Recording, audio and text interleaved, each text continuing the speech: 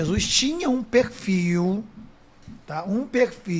Tá? Digamos, de capitalista e comunista. Eu já acho que Jesus era capitalista. Pelo contrário. Porque, por exemplo, se tu olhar a passagem do jovem rico, que ele pega e fala assim, pega tudo que tu tem, vende e dá aos pobres. Para você vender algo, esse algo tem que te pertencer. Então, ótimo ponto isso.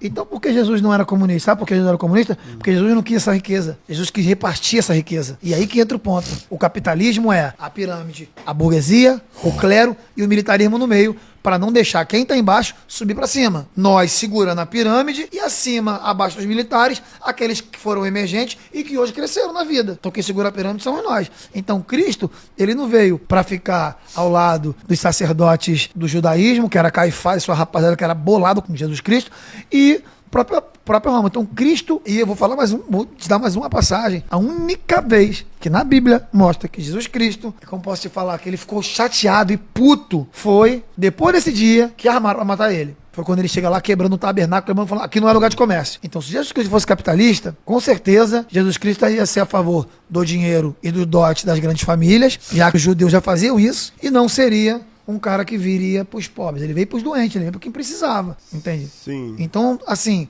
é o que eu falo, isso é um conflito muito louco. Mas como eu vou estudando, né, cara? Por exemplo, eu achava que Israel era o Israel da época de Cristo. Não é. Na história, agora, esse novo Israel é a mais filha da puta de todos. Então, segundo o MC Smith, Jesus Cristo poderia ser associado ao comunismo. É bom lembrar ao MC Smith que o comunismo, ele diz que o Estado deve controlar todo o meio de produção. E o comunismo defende a abolição da propriedade privada. Quem se opõe a isso, a essa forma de governo, sofre consequências graves. Vide o que aconteceu com a Ucrânia lá nos anos 30, num evento que ficou conhecido como o Holodomor. Se alguma vez você que está me ouvindo já ouviu falar que comunista come criancinha ou que comunista comeu criancinha, a origem dessa frase vem desse evento do Holodomor, que foi o que aconteceu. O governo de Stalin confiscou todo o alimento da Ucrânia, porque a Ucrânia se opôs às ordens de Stalin. E o povo ucraniano acabou morrendo de fome. Isso ficou conhecido como o Holocausto Ucraniano. Muitos, durante décadas, tentaram descredibilizar esse acontecimento, dizendo que isso era propaganda americana contra a União Soviética. Mas ao fim da União Soviética, lá nos anos 90, foram descobertos documentos que relatavam que de fato ocorreu o Holocausto Ucraniano, o Holodomor. Mais de 30 países reconhecem essa tragédia humanitária causada pelo governo soviético, pelo um governo comunista. Aí você vê como é que você vai associar isso ao cristianismo. Ele está falando de uma forma de governo, de uma ideologia genocida e que promove o extermínio do seu próprio povo. Então você vê aonde que é a associação de Cristo com essa forma tirânica de se governar. Jesus fala, sim, em dividir com os pobres, mas você tem que dividir de forma voluntária, não é o Estado chegar e tomar a força. Aliás, Jesus diz que o reino de Deus não é tomado à força, né? Então já começa por aí. E agora vamos dar uma olhada no que Karl Marx escreveu no Manifesto Comunista. Vamos lá para o último capítulo. Se eu não me engano, está na última página. Vamos lá, vamos ver o que Karl Marx diz em relação às autoridades. Em resumo, os comunistas apoiam em toda parte qualquer movimento revolucionário contra a ordem social e política existente. Em outro trecho diz o seguinte: os comunistas rejeitam ocultar suas opiniões e objetivos. Declaram abertamente que seus fins só podem ser alcançados pela derrubada violenta de toda a ordem social existente. Que as classes dominantes tremam diante de uma revolução comunista. Então vocês veem, o que a gente acabou de ler aqui, o que estava lá no Manifesto Comunista, lá no capítulo, último capítulo, capítulo 4.